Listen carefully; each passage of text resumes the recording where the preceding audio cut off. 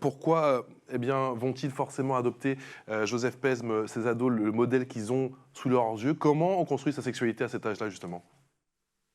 Alors nous, donc chez We Are Lovers, on intervient auprès des scolaires dans les collèges et les lycées, donc c'est vrai qu'on a l'occasion d'échanger avec beaucoup de mineurs sur ces questions.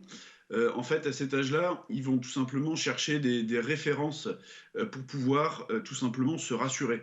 Il y a une certaine anxiété chez les ados, que ce soit du côté des garçons ou des jeunes filles, sur les questions qui touchent à la sexualité. Est-ce que je vais être capable de donner du plaisir? Est-ce que je vais être capable de performer? Est-ce que je vais être capable de répondre à l'attente aussi de mon ou de ma partenaire?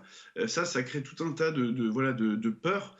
Et la pornographie vient jouer un rôle, en fait, à la fois de cause et de conséquence sur ces peurs. C'est-à-dire que donc la peur est à l'initiative du visionnage, mais la peur va également être générée par le visionnage de pornographie. C'est-à-dire que sur le long terme, à mesure qu'on regarde beaucoup de porno, on finit par être un petit peu influencé par ce qu'on voit. C'est-à-dire que on voit des hommes qui sont ultra performants, qui sont capables par exemple, de maintenir des érections pendant plusieurs heures, de procurer un orgasme à leur partenaire quasiment systématiquement.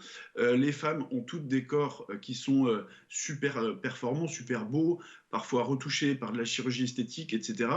Et donc forcément, du côté des adolescents, ils ont une vision de la sexualité qui est principalement axée sur la performance. C'est-à-dire qu'il faut être capable, voilà, d'être au top du top et que le plaisir soit systématiquement au rendez-vous, etc.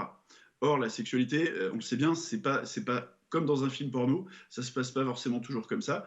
Et forcément, le jour J, le jour où ils vont commencer à avoir des relations sexuelles, bah, ça se passera pas comme dans le porno. Donc il y aura une forme de déception, une forme de pression aussi qu'ils vont pouvoir imposer sur leur partenaire, et puis aussi une pression sur eux-mêmes. Est-ce que je vais être capable, voilà, comme dans la vidéo, de donner du plaisir aussi bien que tel ou tel acteur ou actrice?